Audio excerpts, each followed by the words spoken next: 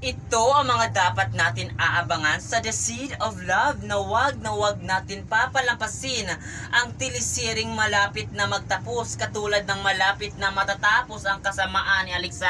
Kaya naman ngayon ay lantara na talaga na anak nga talaga ni Aileen itong si Teddy ay gagawa ng para ito si Alexa para mailayo itong si Teddy mula sa tunay niyang magulang na si Alexa at Bobby. Kaya yan ang aabangan natin dito mga kapuso, kung ano na ba talaga ang gagawin pa ni Alexa para talaga ay hindi magsaya ang buhay ni na Bobby at Aileen. Kaya yan ang abangan natin dito. Doble-doble talagang ikakaso ni Aileen dito kay Alexa pag may mangyaring masama dito sa anak niya na si Teddy, kasi nga anak na ang pinag-uusapan. Kung sa bahay lang talaga sinugdiliak siya, okay pa yun eh.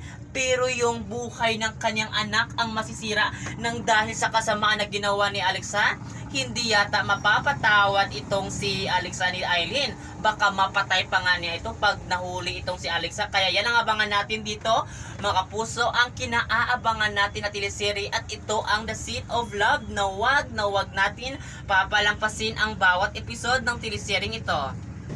For more updates mga kapuso, lagi lang kayo makatutok dito sa The Seed of Love. Naglaging trending talaga, laging inaabangan ng mga tao kasi gusto talaga nila makita kung paano babagsak at talagang mapagbayaran talaga ni Alexa ang lahat ng kanyang ginawang masama dito sa ating bida. Kaya abangan natin ito sapagkat lalaban itong si Aileen para sa kanyang anak. Kaya aabangan natin ito mga kapuso, ang malapit na magtapos ang teleseryeng The Seed of Love. At yun lang mga kapuso, maraming salamat sa panonood. Thank you!